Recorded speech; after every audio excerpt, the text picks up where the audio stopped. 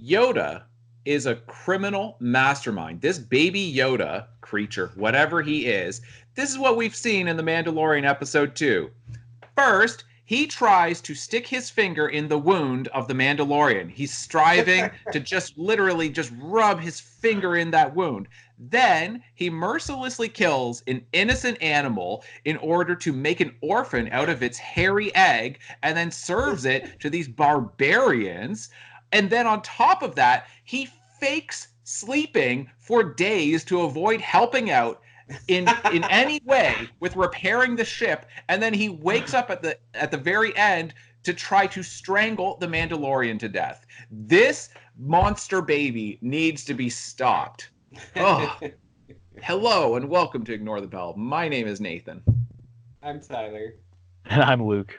And we are talking about episode 2 of The Mandalorian. So this will be a review / discussion of the episode. I don't know if that really spoiled anything with me doing that, but we're going to be talking about the content of the episode, if that was not already clear. And this episode does actually have a title, which is interesting. Yeah. It is Chapter 2, The Child. Yeah. Which is the evil child. Evil child. I know that I'm interpreting this correctly. Anybody who thinks he's cute, they're misreading the show. I know what's going on. It's like he's the real villain. What's that, Luke? It's like Gremlins. Yes, exactly. Like once he gets exposed to a certain amount of things, and he just goes insane. Correct. Yeah, it's coming. Like, I'm telling you, though, that there was evidence of it. He's basically like Damien, the Antichrist. He is this evil little baby. That's why there's a bounty on his head. You know, these people working in the, underground, the black market of trying to get these awful people off of the streets and, I don't know, spaceways of the galaxy, trying to get these criminals. Like, they don't make mistakes. They know what they're doing. All right, now we do have a sponsor for today's episode. So our sponsor is brought to us by the Hairy Eggs the Hairy Eggs Council. So in case you're unaware, hairy eggs, they make for a great meal, especially if you get the green milk from the sea monster. So get some good green milk from the sea monster and then pair that with a gigantic hairy egg, and you have got yourself quite the breakfast. I mean, Luke Skywalker, obviously, he was doing without all of those niceties of the modern world. He still had the green sea monster milk, but he was really denying himself these hairy eggs as well, because that's really a good, wholesome breakfast. Oh, so, They make a great meal for an entire community of Jawas. So. They do. Yeah. So, hairy eggs. It does the Jawa good. All right. So we're going to save the rest of the discussion for the other side of the opening, right? So we're all good? Mm-hmm. Yeah. All right, folks. Hope you enjoy. Oh, man, I wish this discussion could go on forever. Ignore the bell. We're going to keep going, people. All right. So this is our review discussion of The Mandalorian, Episode 2, The Child. So what we're going to do is we're going to treat this similar to how we treated the first episode, where we're kind of going to give an overview of the episode, and we'll kind of comment as we go. So the first 10 minutes of this, I think, are brilliant. People who are complaining about this, I think they're not very, and I'm not trying to be too critical, but I think they just don't have an appreciation for how visual filmmaking really can be, and that film is, this is at least a theoretical concept in terms of film, that film is primarily a visual mode of storytelling. Right. That you compare that to something like a stage performance with like a musical or an opera, where, like, what is an opera without the music, right? What's a stage production of a musical without the music and the songs and the dancing and all of that? Or a piece of literature, right, where it's storytelling, but it's really in text. And so film historically has been primarily a visual mode of storytelling, and you actually get that, and it's impressive to see that with something this mainstream, this commercial, where it's being marketed to this mass audience. So for the first 10 minutes, you get you don't have any dialogue at all. I don't know what you guys thought of that, but I was appreciative of that. I thought, like, this is great that they're willing to do this with the show. Yeah, no, I really really loved it. It was a great introduction to this journey of the Mandalorian and this little child. We get to see how he's like protective over the child, and yeah, I don't, it was just great. Yeah, I totally agree. It was really good. I like how they keep doing that. Like, because in the first one, it was sort of similar to it, especially like intro wise, because he didn't talk at all. And then even though other people were talking, and it was still kind of like he wasn't. So I like that they keep doing that, and it's not just like we're only going to do that sometimes. It's like they keep it going. Yeah, absolutely. I know, and it's I'm glad that other people have started noticing this. So I want to try to pull this up if I can. And it's not just me who has commented on this, but let me just find it here. Joe Hill, who is the son of Stephen King, but he's an accomplished writer in his own right, and including like both novels and comics. He's a horror writer primarily. Then he said, this is his tweet from the other day. He said, "The Mandalorian, Clint Eastwood's Man with No Name, reimagined for the Star Wars universe. In other words, totally great. You can feel otherwise, but I have spoken." Right. And so it very much is Clint Eastwood's Man Without a Name. And like these Westerns from the 1960s. And I know, like, I'm sure that we've talked about it before. I can't remember what episode it was. But I've said before that Clint Eastwood famously, in one of like the screenplays, like he was with all of these Westerns that he did in the 60s, he was constantly saying, there's too much talking. There's too much talking. We've got to trim this down. And so, like, I think he had something like he wrote like an 8-page or a 10-page screenplay for like, so like it's supposed to be basically, in case anybody does not know, it's supposed to be about a minute on the page is a minute on the screen. Or sorry, like one page approximates 1 minute of screen time. So if you want to do a 90-minute film, then the screenplay should be approximately 90 pages in length. And so he looked at this thing that was, I think it was like really, really short, like 10 pages or something. And he's like, there's too much talking. And it's terrific. And I just love that. And it's one of these things of, not only is this in a lot of ways kind of an atavistic mode of filmmaking where it is going back to this style that we haven't seen in a while, where it is primarily visual, but it's also featuring a character where this is, and I'm trying not to make this, I hope this is not a controversial thing to say, but it's like a different form, more of a traditional form of masculinity of stop talking. Stop telling us what you're thinking. Stop telling us about your feelings. Doesn't matter what you're thinking. Doesn't matter what you're feeling. A man does. He doesn't talk. He just does stuff, right? And that's who the Mandalorian is. Everybody else, they're all, blabbing away. But the idea of talk is cheap. Like, where are the actual actions? And this is a character who he's not interested in talking. And he's just trying to get the job done. And, I mean, this is, of course, what like generations of women have complained about. It's like, he never talks to me. You know what I mean? And it's just this whole generation of like, don't talk to her. Don't say anything. So, I mean, it's interesting because I think it's you're getting these homages going back to Westerns, not just in the fact that you're getting this iconography on screen, as we talked about with episode 1, but even in terms of the lack of dialogue and it being primarily visual storytelling.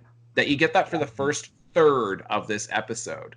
And you just see like, wow, there is a lot of content that we watch all the time, whether it's film or television, where there's so much unnecessary dialogue. And I'm not trying to pick on any one particular like form of storytelling, but I mean, like, I think this is especially true with stuff that's like blockbusters that are being marketed towards as many audiences as possible, like as diverse of an audience as possible, like in the MCU. Then there's so much of it of like, well, we can't we can't allow people to be confused. We have to tell them what's happening. We have to tell them what's happening. We have to tell them what's happening. And it's like, it's right there. Shut up. Let me just watch. Tell them and remind them and Remind them again. Yeah, exactly. So I think it's actually fairly brave that they're doing something that requires audiences to at least be, to some degree, fairly mature and patient as they're watching and to be paying attention to details. Like, I saw one person who's just an idiot. I watched enough criticism of this, like enough reviews to be like, okay, I understand what the stupid critics are saying. Like, and these are complete hacks who have got like massive YouTube channels, but they're just hacks. And like, one of the things that this guy said is, oh, this is good for modern audiences because it gives them a chance to like play on their phone in between like action sequences where they're not getting distracted. And I'm just like, that's the stupidest comment I've ever heard. Like, that's not what this is. Opposite. Exactly. Yeah. It's the complete opposite of that. It's saying you can't just listen but not look. You have to look the entire time. It's visual storytelling. Say your eyes have to be on the screen, because if you've got something with tons of dialogue constantly telling you what's happening, then the thing is, you don't even really need to watch it. You can just listen and be able to follow along with the plot. But this is saying, nuh-uh, if you're not looking, you won't know what's happening. Yeah, no, and absolutely, in an era where, like, I hear a lot of people, talk about watching things in the background, and it's something that I occasionally do as well. You're listening to a certain show that you've seen before, sure, and you don't need to be watching it. You can be doing other things while you're watching it. Yeah, this is just the exact opposite, where you need to be looking at the screen the whole time, and I love that. Yes. Yeah, me too.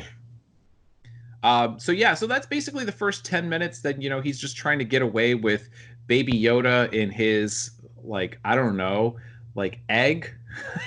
I know. I want to call it an egg, but now an egg I is know. Now an egg means something totally different. It almost looks like somebody took the body from like BB-8 and then they just like cracked it open and turned it into convertible. Right? There's just like a hovering torso of BB-8 that this guy's riding around in. Right. But yeah, we do see that, of course, like that this little baby Yoda creature that, I mean, unsurprisingly, but it was nice to see him in his little baby form actually trying to use the Force, trying to heal him, because he's got the instincts for it. I don't know how intelligent he is, because he doesn't even talk. Yeah. Right? So it's like, is he really an infant? Yeah, I was going to bring this up. He is 50 years old, and Yoda died when he was around 900, right? Yeah. Something like that. Yeah. Yeah. So I mean, like, let's go ahead and say, just for simplicity's sake, that basically 10 years to one of Yoda's species is like 1 year for ours. That's how it kind of works out for Yoda, Sure. right? Like, if you just divide by 10, sure, he was like 90 when he died. Then this baby should be like 5 years old. Yeah. And he's still like a baby. Yeah. Right. Okay. Or she. I guess I don't want to assume the gender. Right. We don't know. And also, Yoda says in Return of the Jedi, or, well, actually, I think it was Empire, but he says he's trained Jedi for 800 years, and if he dies at 900, like, that's a good point. That's a really good point. And he had to learn how to be a Jedi, so like, man, this baby's gonna have to speed up his developmental milestones. Yeah, maybe this baby's just a little bit slow. Like he's not hitting developmental milestones. He's developmentally delayed. That's why they want to study this one. Right. That is a good point, though. Yeah, that Yoda did say that. But like I was gonna say, like, well, maybe like Yoda he aged horribly. That like they're supposed to live to like 3,000 years, and they looked at it, they're like, Yoda, you're only 900. You look terrible. What happened to you? And it's like, much grief I have suffered. Well, like, I mean, the baby uses the Force, and then he's like really drained of energy. So maybe all of the like Force that Yoda uses is like taking his energy and decreasing him in hundreds of years, and then the baby is already on the process of losing hundreds of years. Right. So using the Force is like meth to these Yoda creatures. Yeah. Another reason this baby is a criminal. That's right. Oh, Um, goodness. so okay, Yeah, that's the first third of the episode. Yeah, go ahead, Tyler. I loved seeing the Mandalorian just disintegrate. Uh, Yeah. all those different characters. I know I sound awful right now, but it No, really, I'm right there with you. it really was like, it was just really awesome because like we've heard like specifically again Boba Fett no disintegrations. So Boba Yeah. Fett was very much known for disintegrating people, but we've never really known what it looks like, and now we actually get quite a few examples of them just poofing. Yeah. Yeah. Like, It even when he used it for the first time, I literally had a facial reaction because I was like, whoa. Like, and I was like, that is not what I was expecting. I was expecting him to just shoot the guy, and then it was like, whoa, he got disintegrated. Like, that is so cool. Like, yeah. and then, like, when he uses it, just like killing tons of Jawas. Like, it So was just like, oh he's my not goodness. messing around. But it Horrible makes so people. much sense. No, but it makes so much sense because you see all of these other people where Yeah. they shoot somebody with these ridiculous blasters that never hit their target, and then when they do, then the person's still fine. That it's just oh, just grazed me, Yeah. but Right. or and then like they fall down, they're wounded, and then you think they're gone, and then they get back up. It's like there's no mistaking it. It's just like it's like, well, that person's Yeah. not a threat anymore. I have Right. eliminated that threat, right? It's just eliminating the threat in the most complete way possible. So, Yeah. yeah. Yeah. So, all right. So he's able to get he escapes from those guys who kind of jump him in the cave, goes tries to deal with his wound that he has, sees these Jawas who are stealing from his scavenging all the parts from his ship, goes after them, and then he does not do well trying to attack them. Like he gets Yeah. tased essentially, and Yeah. He didn't even Yeah. get a shot off. He just stood there, had the gun out, and then got tased. I'm Yeah. like, come on, man, you got to shoot one of them. and this criminal baby Yoda creature just watched it all happen. Yeah. Didn't use the force to stop him from hitting the ground, and he just followed along like he's just like watching this entertaining spectacle the entire way. Just like, whoo, this dude is getting lit up. Not to mention his transportation thing can go really fast. Yeah. Like it was going so fast. I'm like, Yeah. wow. Like he's staying Yeah. with the thing. Yeah, I'm curious about that because it does seem like essentially it is I guess tethered to the Mandalorian's wristwatch Yeah. or wrist device thing, so that it basically just is constantly pulled toward it within a certain distance. That was how I interpreted that. Yeah. So Because basically, it was he was on a leash, and so the carriage Okay. is just being rocketed along. yeah. Gotcha. Yeah, That's because interesting. that scene when he's fighting the big bull thing and he moves his wrist when the bull is charging at the Yeah. at Baby Yoda, and then it goes flying away. So yeah, I Mhm. can see that. That makes sense. But it was still going really fast. Oh yeah. Might want to check to see if Baby Yoda has whiplash or not. But So anyway, so then he goes and joins up with, I didn't realize in the first episode, but that creature dude, he's Nick Nolte, played by Nick. yeah, Right. Yeah. So so he goes and meets up with that dude, the I Have Spoken man, Mhm. and who then says, yeah, we're gonna have to go and bargain with these guys and trade. But okay, so anyway, so he reluctantly agrees to do this, and then they go to their garage sale, right? Because they've got their garage sale in front of their land Yeah. barge, whatever it is, and then they're trying to make all of these deals. Now, the one comment that I thought was interesting in there is when the Mandalorian says, I never relinquish my weapons. I've always got weapons. It's part of my religion. Listen, I'm not saying that I'm not trying to judge his religion, I believe in people being allowed to have their own beliefs, but that seems pretty convenient that you just make the religious argument for why you can't give up your guns. Right? It's like, I can't. It's part of my religion. I need this. Right. Like, what kind Yeah, of and religion I is was. that? Like, imagine the sermons. You go there, and it's just like, today we will be talking about the body disintegrator, Mark 8. It will operate an 800-pound gorilla. Like, and everybody's Right. like, Amen. Woo! Yeah, because he doesn't like it's not even a specific weapon that he has to have on him. It's No. just he needs to have some kind of weapon for religious purposes. Which the wristband still has like the flamethrower, Yeah. so I mean Right, it's which I think okay. is why he finally was like, okay, fine, I'll, Right. I'll leave the blaster here. Yeah, in like all of these movies, like these action movies, when it's like give up your guns, and then like those funny scenes where they're pulling them from all kinds of different places. I wonder if Right. that's what this religion is. Like their version of the Pope is just like RoboCop. You know what I mean? He's just got so much armor, so many weapons everywhere. But yeah, I don't know. Like, what I really want to know, what do they do? Like, do they watch like Terminator movies as like movie night at this religious? I want to know more about the religion and specifically how they worship weapons or violence, or I don't know what it is. But I'm like, That's if like that's supposed to be a throwaway line, it's like it's no, I'm not letting this one go. I need to know everything about this now.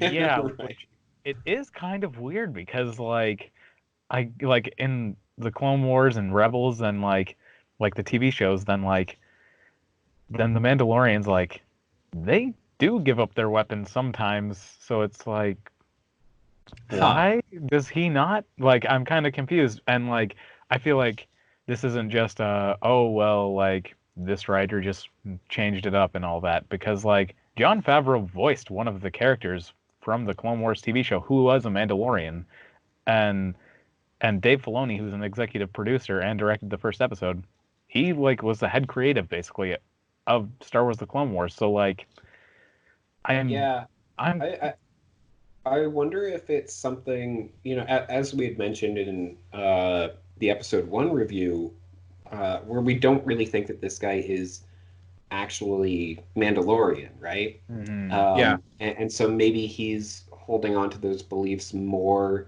than the actual Mandalorians because he's trying to, overcompensate essentially. Yeah, and another thing is like one of the things I'm wondering is like the Clone Wars TV show also talks about how like there's different like basically like houses of Mandalorians. So there's like, or I'm not sure if they're called clans, but there's like House Vizsla, which is like the leader of that house during like the Clone Wars TV show. He's like the leader of the Mandalorians, and then like there's also like House Ren, and then like so there's like all these different houses, and so like I'm like maybe he's from one where like that is something that they don't do. They don't give up their weapons. They don't like surrender. Right. They just Right. always have that with them. So like that could maybe be something that that is going to be introduced. And so because they haven't really gone into all the houses and stuff so far, so I'm really excited to see if they do. Mm-hmm. Um, And it could be too that he's just not telling the truth, that's some, like I say, like Right. using the religious argument of I literally can't give up my weapons because it's part of my religion. Then it's like, Mhm. it's not. I totally fooled them. They weren't going to question it because I said it was for religious grounds. Right. But it seems like he genuinely means it. yeah. Like, and at the same time, he's then like, okie doke. And Yeah. I'm like, man, he just gave up his most like personally like profound personal beliefs. He just was like, well, okay. I'm Yeah. not gonna take a taxi. I guess I'll Yeah. give it up. Yeah. Well, I think that's why, like to me, like when he showed off the flamethrower, then I was like, oh, okay, so he Yeah, does still have Yeah. a weapon. And on wouldn't him. him being Mandalorian, wouldn't even his fists be weapons, right? I don't know. Yeah. So anyway, so then like they're like, okay, well, I forget, what is the first thing that they demand from him that they want? Is it I his think his they want the armor? metal. Yeah, Yeah. like his armor. Yeah, and then they're like, all right, then we want the Yoda creature, right? And then it's like, well, no, Yeah. you can't have that. And then they demand the egg, and I was sure that they meant the carriage, the little, Right. like the Yeah. baby carriage. Yeah. And I'm like, oh no, is it really like maybe the baby carrier is the more important thing, not even the creature Right. inside? That was what the bounty was about. And then I was like, oh, never mind. It just they literally want some egg. So now, Tyler, you brought this up. So like he ends up like he goes and he fights this hairy rhino. I don't know Yes. how else to describe it, right? But this hairy rhino, and then the egg is hairy. And now I want to bring this up like once we're recording. Now, Yeah. what is your issue with this? Like I don't understand why a hairy creature automatically gives lays a hairy egg. Like that's the weirdest thing imaginable. There's Yeah, there are multiple issues with this. So, yes, you are right. Why does a hairy creature lay a hairy egg? That doesn't really make any sense because that Yeah. just doesn't happen. Like a bird has got feathers, but it doesn't lay a feathered egg, right? And like this is obviously they're like it'll look cool, and it's like, and I don't know Yeah. why, but it's so gross because if they just said that it was a giant coconut, right? I'd have Yeah. no issue it because that is basically what a coconut looks like. It's hairy.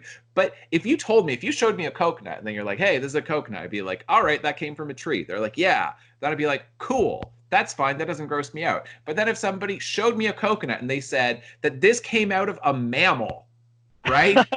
This came out of a mammal. We want to crack this open and you're going to eat what's inside. And I'm not eating anything that came out of a mammal Yeah. if it's like gross like that.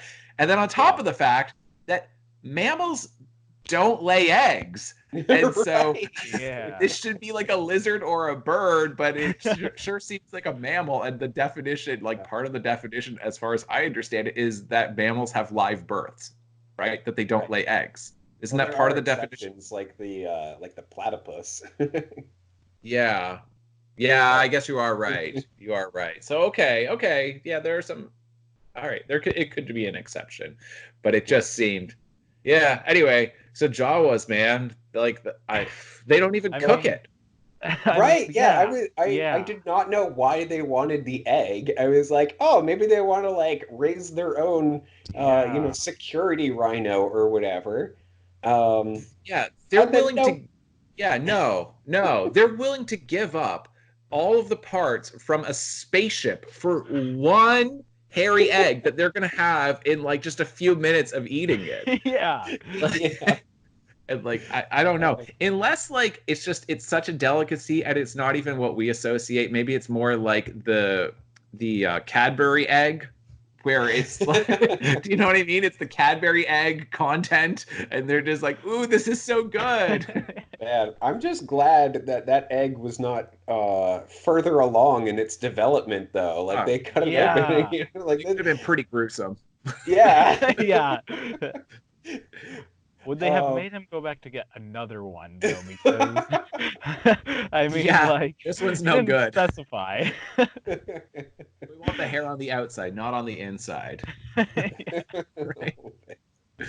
But yeah, so in any case, so he fights this hairy rhino and then Yeah. again gets lit up. For this Yeah. warrior dude, he's not very good at fighting. Yeah, he's apparently great against humanoids, but terrible against animals. Yeah. Yeah, and well, but he loses against the Jawas as well. That's true. Yeah, Yeah. we've seen him get defeated like 3 times already. Yeah. And Yeah. He does massacre a few of the Jawas. I mean, oh, he gets Yeah. he gets them pretty good first. so yeah, and then yeah, And even when he's climbing up the side of the sandcrawler, I think is what it's Yeah. called. Yeah. Then he does, get a few of them out of there and everything with them. Probably. Yeah, But yeah. but I'm saying that if it wasn't for Nick Nolte's character, he would have died. If it wasn't for Yeah. Yoda, he would have died, or baby Yoda, whatever this baby Yoda creature is, he would have died. And then he like would have been in pretty big trouble, like falling off of that land barge as well, like when he gets tased. I'm saying those are like Yeah. three really bad defeats from these things that really shouldn't be, to me, Right. shouldn't be defeating him that easily if Yeah, he's I get supposed the to be big this hairy war hero. rhino, but like the other two is just like Yeah. one's like a tiny dinosaur, and then like Yeah. Jawas, and you could have shot at least one of them, Yeah. like because he's already got the gun pulled when he gets up there, and then he just looks at them and then just gets tased. I'm like, you didn't even shoot one of them, like Yeah. Yeah. Yeah, and I don't have an issue with it. It's just it's surprising to me yeah, because Yes. in an age when, like, in this age of superheroes and these invulnerable characters where nothing can stop them except for that ultimate villain that they have to defeat right at the very end. There's usually like a small defeat when they first confront that big bad villain, and then Yeah. they come back and ultimately, despite crazy odds, are able to defeat that big bad villain. But in this, it's just like, oh no, he just gets like beat up multiple yeah, times by creatures that are not that like powerful. Yeah. And again, after in the first episode, they said that he was like one of the best. Yeah. yeah. This is one of your best. Okay. So now I heard that these guys, they go up, that these guys historically, and Luke, this is where we need your expertise, but the Mandalorians have historically been the enemies to the Jedi. Is that right? Yes, there was a whole war that happened because, well, basically, there's this one guy who was like the leader of House Vizsla, which is also like he was like the first, uh, like Mandalorian Jedi, and Oh. um, and then he created something called the dark saber, which is basically a lightsaber, but the blade is black, and so and like that is kind of shows like who the leader is, and then so anyway, basically he I forget if he dies or if he just becomes like just doesn't be a Jedi anymore or whatever. But anyway, so basically the Jedi keep the blade and then the Mandalorians are like, wait a second, like we want that because our leader had it and like that is like a symbol now of like who the leader is and kind of like a representation of like leadership. And so then the Jedi were like, well, we're not going to give it back because it's a lightsaber. Like, we can't give it this to you. So then they're like, well, we're going to take it then. And then they steal it. And then the Jedi, like, want it back. So then they go after him. So then there's this big fight. And basically, it's a war that happens between the Jedi and Mandalorians. Sounds So, like rival colleges. We're going to steal your mascot yeah. before the big game, Yeah. and then we're going to steal yours. We're going to steal it back. yeah. I'm just very confused as to how a lightsaber can be all black. The absence of light. It's an Yeah. unlightsaber. That, well, like, I know with, like, canon, Is it's it like a black hole? Right. How do you turn this thing on? You got to turn it off to turn it on. It's an unlightsaber. okay, but also like I'm kind of confused because like in canon for Star Wars, like kind of like who you are determines what color your lightsaber is gonna be. Mm. So like how do you get black? like like wow, you must be like either a terrible person or you just have no soul. No soul. Yeah. We all know what color Tyler's would be. He would insist it would be orange, but based off of what his camera's doing, it's going to be pink. He's going to have a hot pink lightsaber. It's orange, I swear. Yeah, in case you did not know, people, we talked about it earlier in the podcast. He really is in an orange room, but his camera shows it as being hot pink, and we don't know why. It's really remarkable. So anyway, one of the reasons why I brought it up is just because I was thinking about the Mandalorian saying about how weapons are part of his religion, right? And so I just thought that's interesting that you've got Mandalorians where they are religious and the Jedi are described like it's the Jedi religion. And so it's like these two warring religions, and one of them is very much this warrior religion based off of violence and weapons, and then the Jedi in a lot of ways are peacemakers, right? Where they're trying to be at one with the Force and understand that they are part of everything. But the opposite of that is violence, which is to dominate nature and dominate the universe and dominate your enemy, rather than, moving with it and accepting. Yeah. That's right. Do you know what I mean by that? Yeah. It's just that's an interesting thing, because I've always thought of like the Sith as being the antithesis to the Jedi, but it's interesting that you've got this other group as well. Yeah, and like that's spot on, because like even the way that they determine the leader is like whoever has like this dark saber is what they call it. Like you can like anyone can challenge them, and if they beat them, then like kill them, then they become the leader. So then like you can just like pretty much if you're the best, then you get to be the leader. And then even like in the Clone Wars show, basically their storyline is that they've become like a peaceful group, but then there's just like this like these other people, like these other Mandalorians, and they're like, well, we don't want to be peaceful because our roots are like we are warriors, so we have to like be warriors. And so then basically they start attacking the city and trying to take it back over and take over Mandalore and bring it back to what it was. So you're spot on with that, like with what you were saying about the Mandalorians and Jedi. So yeah, so it's interesting then, Tyler. I do want your comment. I just want to add this little part here. So it's interesting then that if that's the case and if that's the history, then I think that this makes the show a lot more interesting. And yes. that he has now rescued this baby Yoda creature who very clearly is tuned into the Force. Yeah. So yeah. All right, Ty. That is exactly what I was going to say, actually. Oh, perfect. I wanted to say that because I'm like, oh no, I don't want to lose that little thought there. So yeah, Go ahead if you have more to add to that. I think that is just fabulous that that this is actually that he's going to presumably have to struggle at least with figuring out how he can care for this foundling, which clearly he has, a history of being a foundling himself, against what his religion and his culture is saying is he should do, which is, destroy the Jedi. So, it's going to be very interesting to see how that develops then. Yeah. But I guess part of it too, like when we're thinking about this idea that they have been kind of mortal enemies of the Jedi, then seeing this Mandalorian character who's supposed to be one of the best, then I'm like, how much of a war was it against the Jedi? Wouldn't the Jedi just like destroy these guys? Like, because I mean, like Jawas were able to take him out. So one would think, I'm like, how much of a war was it? But yeah. Well, the Mandalorians call it a war. We just called it a slaughter. That's right. That's right. Yeah. But yeah. So anyway, so he fights the hairy rhino. And then very obviously is going to die, but he's going to die with his, little blade in hand, right? His little dagger. And then, baby Yoda creature saves him.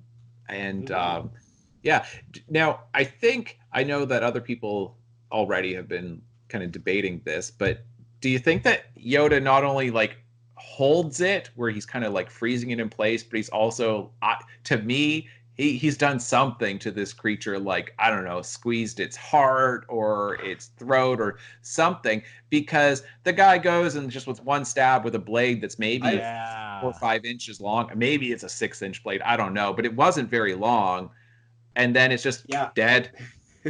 I was considering having our sponsor be like Insta-Kill knives, because it was just like, just this tiny little knife, stab, and all of a sudden the creature dies. Like it was so.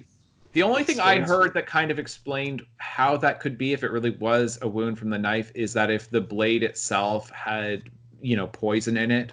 Right. Yeah. So. Yeah. To me, I think Baby Yoda did something to this thing.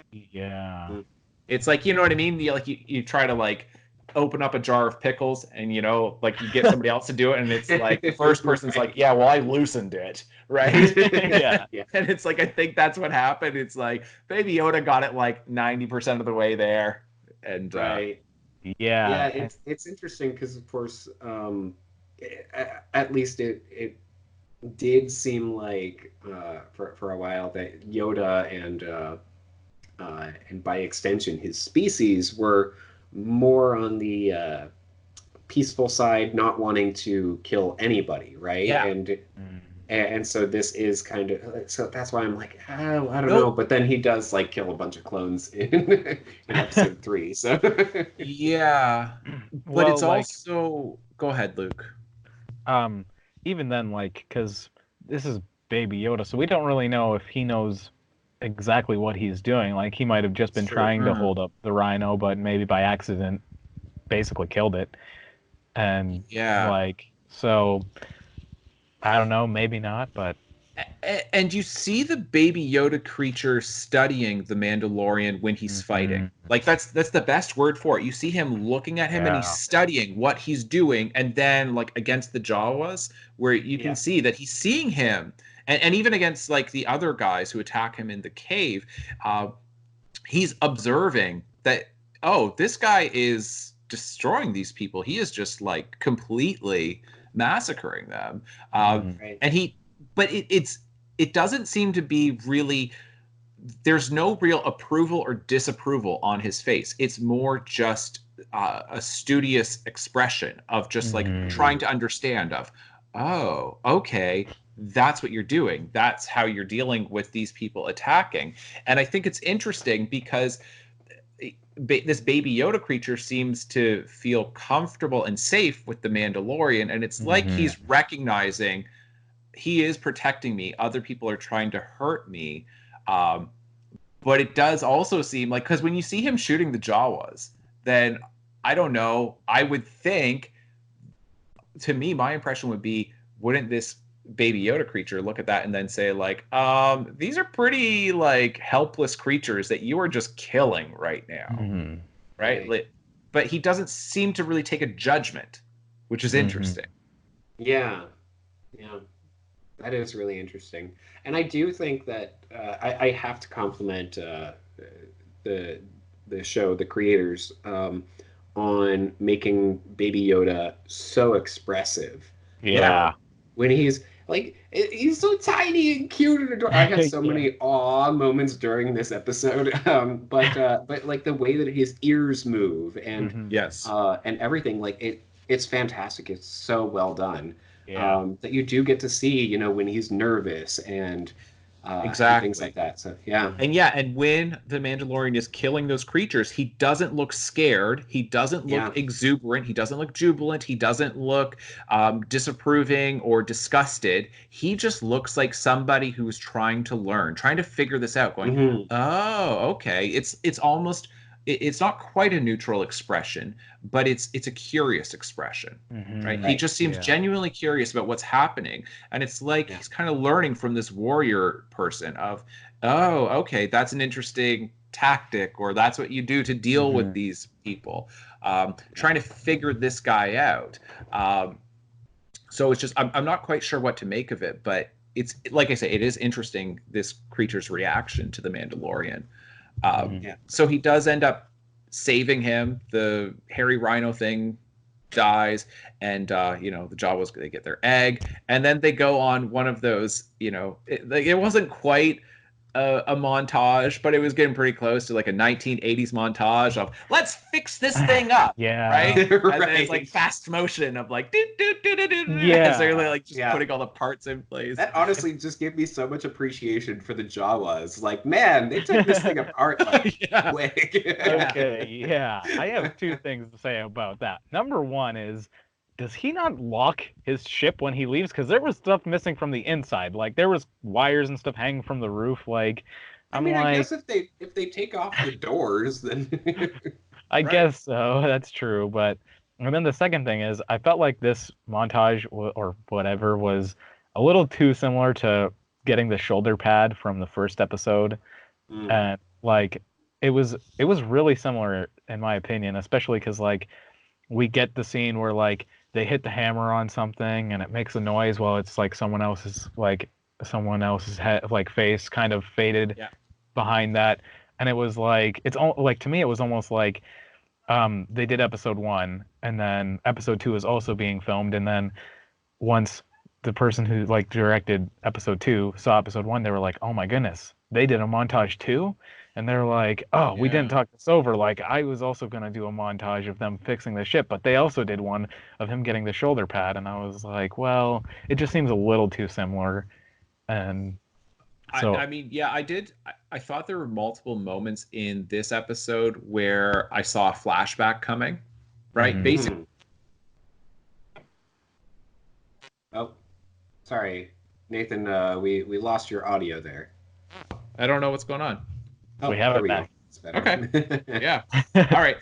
So I was just saying that I thought that there were multiple moments in this episode where I saw a flashback coming. Like when he gets tased and he falls off of the Jawa land barge, and then he hits the ground. I'm like, oh, this is now going to go into a flashback, because that's exactly what TV shows and movies do. You know, the character's injured. Oh, this is perfect. Now we can give all of this backstory, because now they're dreaming and they're kind of in this dazed state. And then I was like, I kind of rolled my eyes and I'm like, here we go. And then it didn't happen. And I was like, oh, okay, good.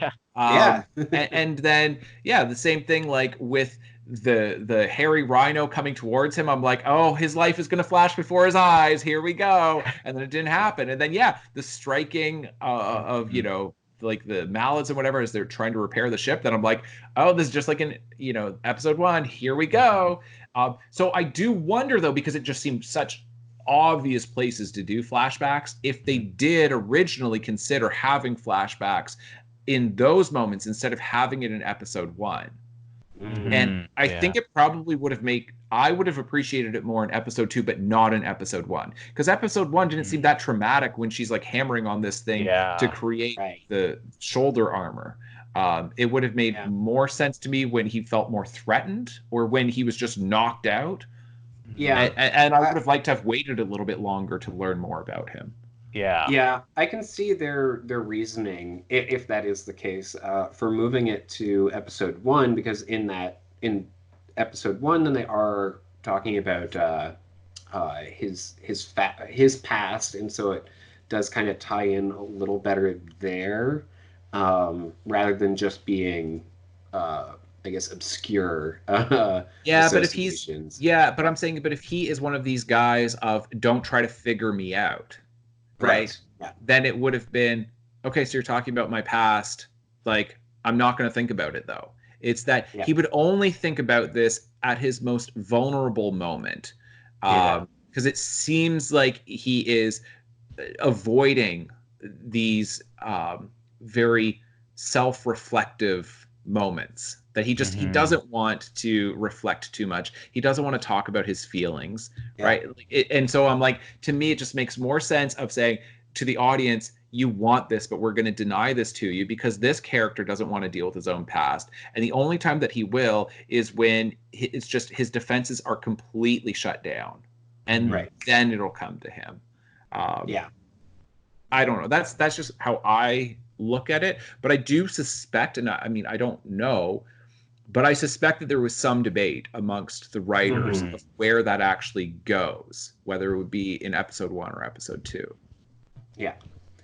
I absolutely agree.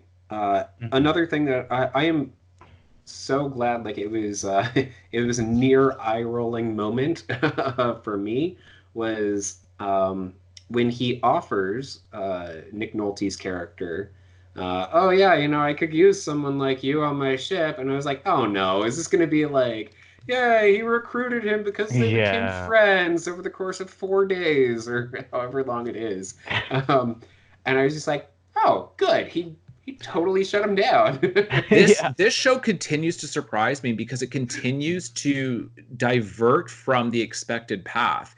Because if you're looking at Joseph Campbell's theory of the hero's journey, which George Lucas was specifically following when he created Star Wars, then that is exactly what should happen, is that our protagonist descends into, like, so we meet our protagonist in the ordinary world, descends into like the call to adventure or call to action, meets boons along the way, like meets these friends, these companions who end up coming alongside him on his journey. He's like all of these things, and then it's just like, nope, nope, that we're not quite following this, because that's exactly what should happen according to the hero's journey and according to most Hollywood screenplays. We've introduced this character, and you go to this new place, you meet this character, you're trying to figure out who they are, and now they're going to be your friend, and now they're going to be with you for the rest of the story. And I was going to ask you guys, because this is a genuine question that I have. I mean, I've basically already made up my mind, so I'll ask it this way. At what point is this character, Nick Nolte, going to come back? Because I think that they're like, I think it's a fake out. I don't think it's just like, oh, he's there for 2 episodes and he helped him with this. I think he's going to end up on the ship. I still think they're going to go there. I just think that they're delaying it for whatever reason.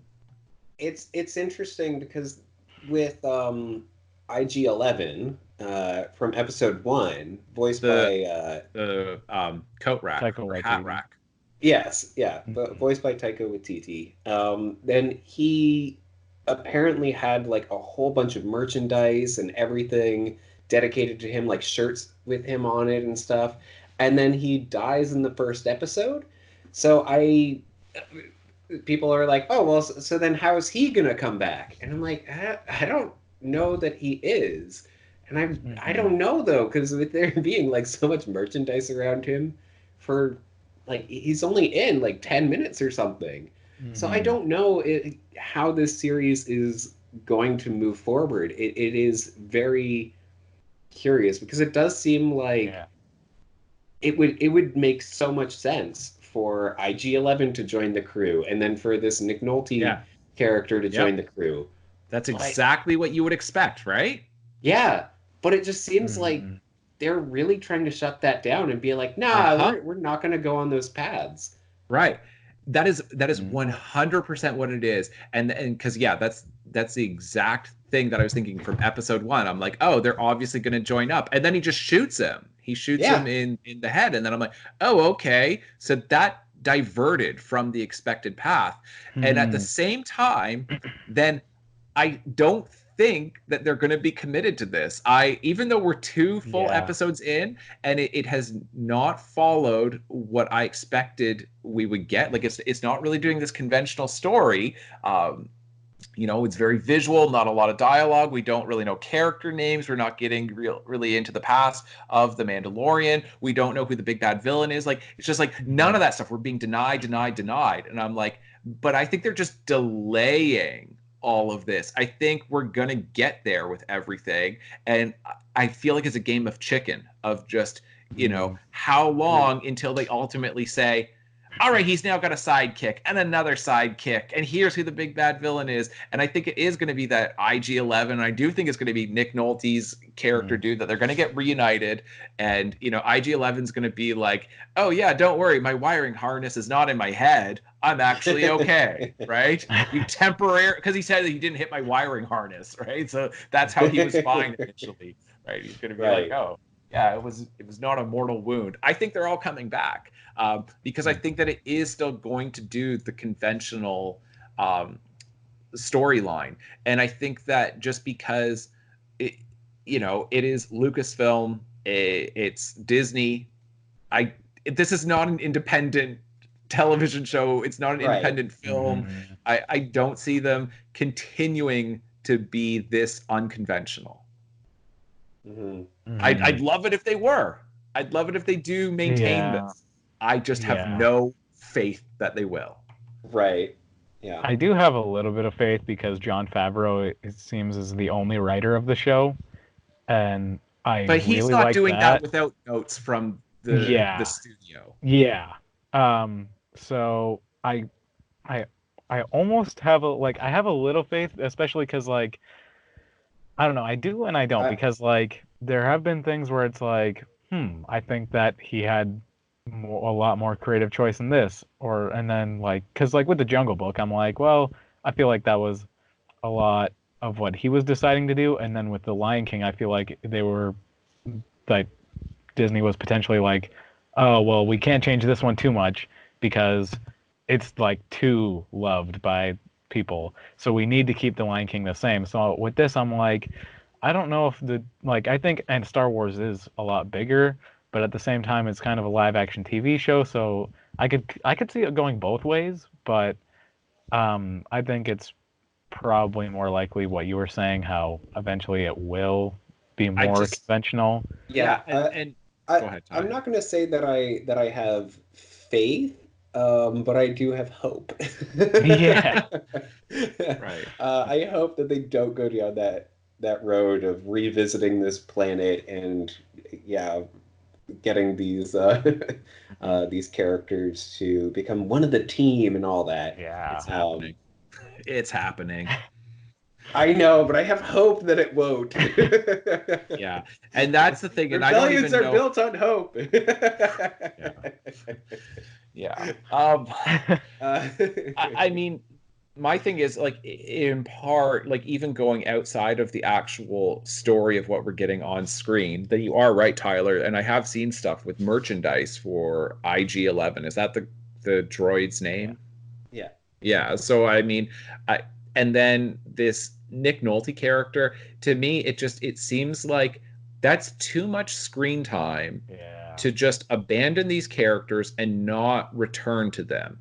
And I don't think that this is just some kind of opening montage that we're getting, or I forget. There's a better word for it, but in any case, that uh, I don't think that this is just like the opening act to the story, Yeah. and then we're not going to see these characters again. I really do think that they're going to come back in. It seems like, as far as conventional Hollywood storytelling, this is too long to spend with characters, too much screen time to then just say, and that's it. Especially with like the Nick Nolte character, but I think with IG-11 as well. I think I agree, and then I think back to episode 1 with the blue fish dude. And we spent a fair bit of time with him. I mean, even him, then he very likely could come back as well. He's only in Carbonite. That's true. But I don't think he's as much of a liked character. No. Like, especially because like he even if wouldn't like make a sidekick.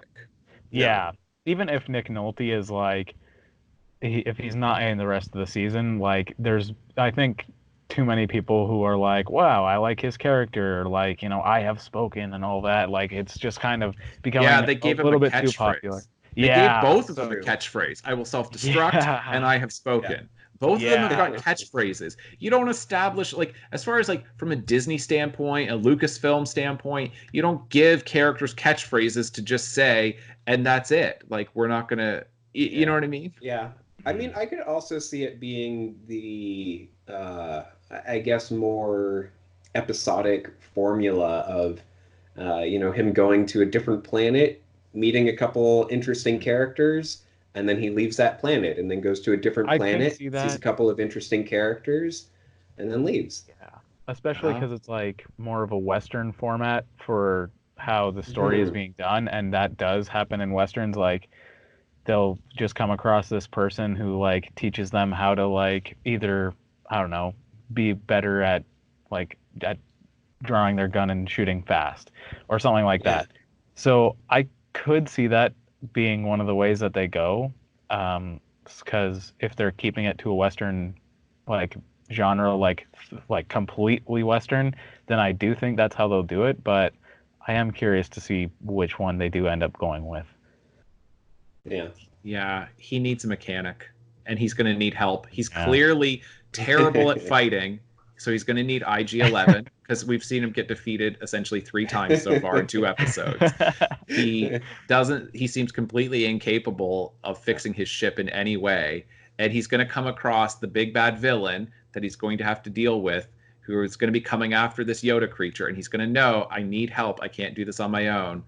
And these guys are going to get reintroduced. I mean, that's not even like, I'm not trying to do it in an impressive way of like, oh, I'm a psychic or whatever. I'm just saying this is why I get frustrated with conventional Hollywood screenplays, is because they don't challenge what we're accustomed to when it comes to narrative. They don't really do daring things, and even when they do, it's a fake out. It's a game of chicken. It's how long can we pretend that we're going to do an unconventional narrative before it goes right back to being conventional. And because that has to satisfy audiences. And man, I would love it if they did something, that was, I don't know, I guess challenging for audiences. Mm-hmm. Instead of satisfying the audience. I'm sick of this, of like, we have to satisfy them. It's like, challenge me. Make me think. Make me fight for meaning, for themes in this. Make this a story that is difficult to follow, right? Like, they're not going to do any of that stuff, though, because they're like, but the 10-year-olds, the 8-year-olds won't be able to follow this, right? Yeah. No, I do think that you're right. I still hold on to that little bit of hope. That's my issue, though, is that I'm like, but the first 2 episodes have been good and they're not doing that. And I'm like, oh man, this is going to be such a letdown when it ends up doing what I'm sure it's going to do. And if it doesn't do that, I'm going to be really grateful. Like, this is why you should be cynical like me, because then if it ends up not being bad, then you go, hey, I was pleasantly surprised. But instead, if you've got high expectations, then you're just like, everything's like, that was disappointing. Right. Yeah. All right. And I did want to mention, Luke, you mentioned this just before we started recording, that you said there are only going to be 8 episodes in season 1. Mm-hmm. My goodness, this episode was so short, like 32 minutes. And isn't this the most expensive television show of all time? I don't know. I think the budget in total was like 150 million. Yeah. That's what I heard. I heard that it was 150 million. And as far as I understand, that's more. I don't know if Game of Thrones has spent more than that on an individual season, but 150 million for 8 episodes. That's like close to 20 million an episode. Let's see some crazy stuff happen in the next few episodes. Like, not to mention, like, we're a quarter into the season, and like, he just got off of this planet. Like, I'm like, this is very interesting, because like, we're a quarter in, and he just got off of this, like, this planet. Feels like this is like a 24 or 23 episode season. The pacing seems way off for an 8-episode season. This doesn't seem like we are a quarter through the season. Quarter. I am really curious if we're going to start seeing longer episodes, and they were just like, oh well, this episode is a little shorter, because not much needed to happen. But I don't believe that. I do think that this is. That this is going to be about the average length for these episodes, and I think so too. Which is weird for a drama, for an action, like an action sci-fi drama like this. Like you see that with a comedy, but you don't really see very many, intense action drama sci-fi stories that are 30 minutes in length. Yeah. I don't know. And now we have to wait an entire week before another episode. And it's interesting too, because now that we've got that gap of a full week between this one and episode 3, it's not like at the end of episode 1, then you're like, whoa, there's a Yoda creature. And it's like, what do we have at the end of this to say? Like, what are we going to talk about for the next week? Whoa, Yoda woke up. Like, that's it. We still have no idea who the villain is. There is no real twist. We don't know we don't know who the villain is. We don't know who wants this baby Yoda creature. We don't know for what purpose. We don't know how there's going to be any conflict. This is basically end of the story. There, he had to go after this thing. He's got his bounty, and now his ship got repaired, and now he's returning. And it's just like, that's it. Overture is the word that I was thinking of before. It seems like it's an opening yes. overture, like an overture Yes. to the series. So it's like basically you're getting all of the themes, all of the tone. You're getting introduced to all of the characters. So it's like that's the world that we're dealing with. And I feel like that's maybe what this is. That the first 2 episodes, it's really just an overture for the whole season. But even with that, we have no idea who the villains are. Which is interesting. And I'm presuming there's going to be villains. Right. Yeah. I mean, again, unless I could see it going the more, I don't know a better way to say it other than like episodic kind of route of, just doing like a couple episodes at a time, and just having like pairs of episodes be like full mini stories. So what, you think he's going to just drop off this Yoda creature and then they're just going to say, here's another bounty, here's another puck, go and get this one? Yeah, I don't know. It's I feel like we're going to see, I don't know, I guess more of the villain reveal themselves in episode 3, and then he goes to like the planet to face off against the villain or something. And then that might be somewhat resolved in episode 4, and then I don't know, there will be a bigger villain that's revealed, and I don't know. I think that there's it. Yeah, it's such a strange opening couple of episodes. I think that he's gonna bond with the Yoda creature. He's gonna realize I can't turn it over. They're gonna kill this thing, and I don't really know what I'm dealing with here. And then it's gonna be man on the run. Everyone's going to be coming after him. All of the bounty hunters are going to be now coming after him. And then he's going to have to recruit some friends along the way. So he's going to have to go back to his one good friend of Nick Nolte. And that IG-11 character is going to be there Nick Nolte helping. Can fix. Yeah, exactly. So, it's just going to be that. That's, to me, that's what it's going to be.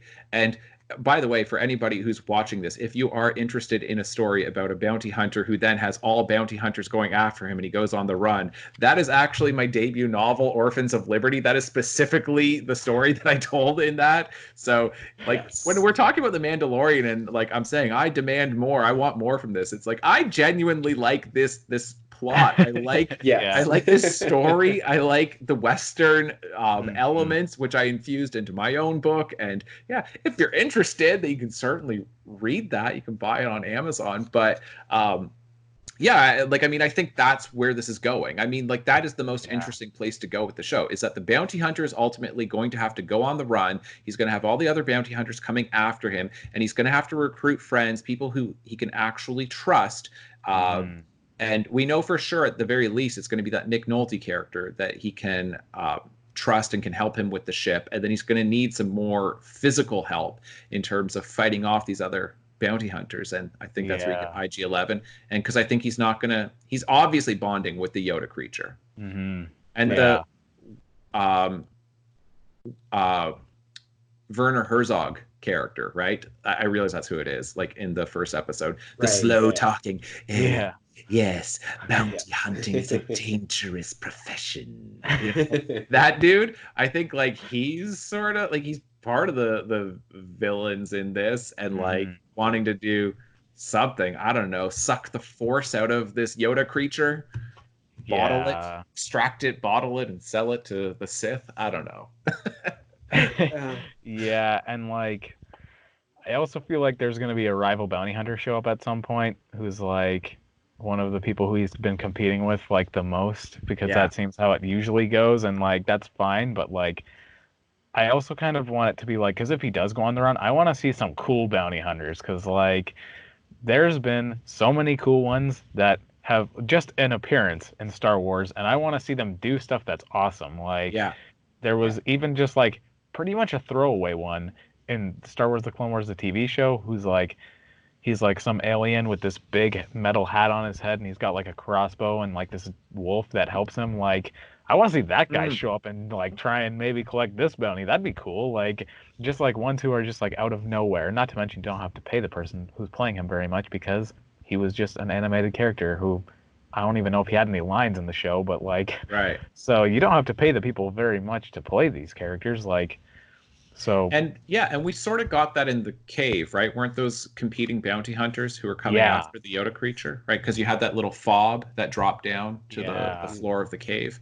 So it's like, I think it's going to be a lot more of that, of just that we're yeah, dealing with the underworld of the Star Wars universe, where you've got all of these bounty hunters, and most of them have little to no ethics. yeah. And so they're willing to do whatever it takes, and that we know that our Mandalorian character, he does have a sense of ethics, right? Personal Yeah. ethics at the very least, and that's why I'm saying he's not going to be able to turn over the Yoda creature, and he's going to have to go on the run, which I think is going to be good. I'm not saying that's going to be bad. I think it's going to be good, and I'm looking forward to it. But I'm saying it is kind of a fake out of goodbye Nick Nolte character, goodbye IG-11, and it's like I don't believe you.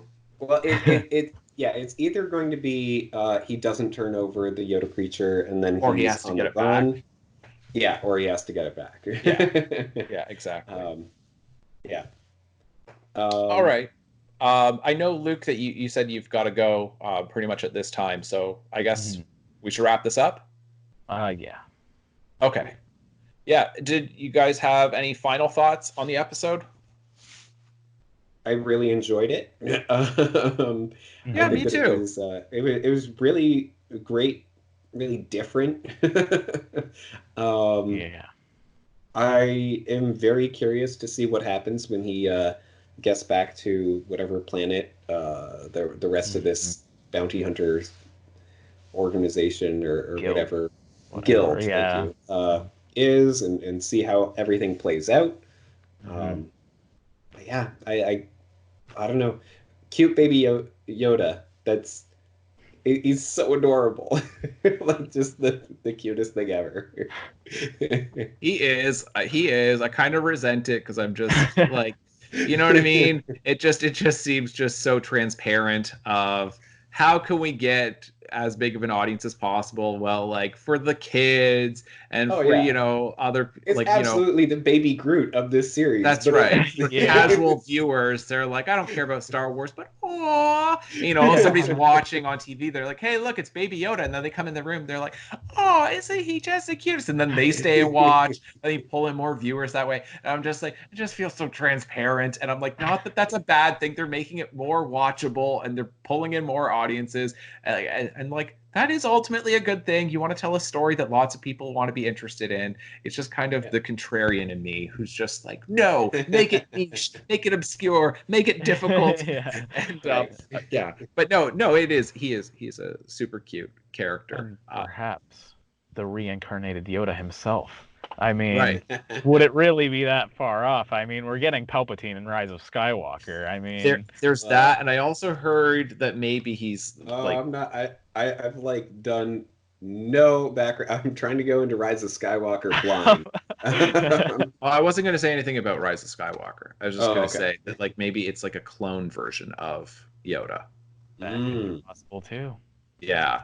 That's true. Like, I heard there's a little bit of evidence in episode 1 that indicates that. I don't know if you guys want me to say it or not, because I know you guys don't like stuff to be spoiled, but this is already from episode 1. You want me to say it? I would.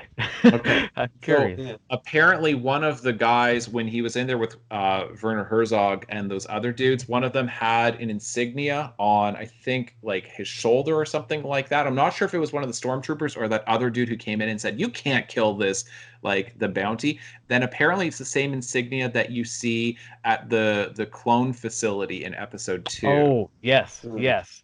So if that's the case, then you say, okay, Baby Yoda creature, somebody with the clone insignia on them, is that what's going on here?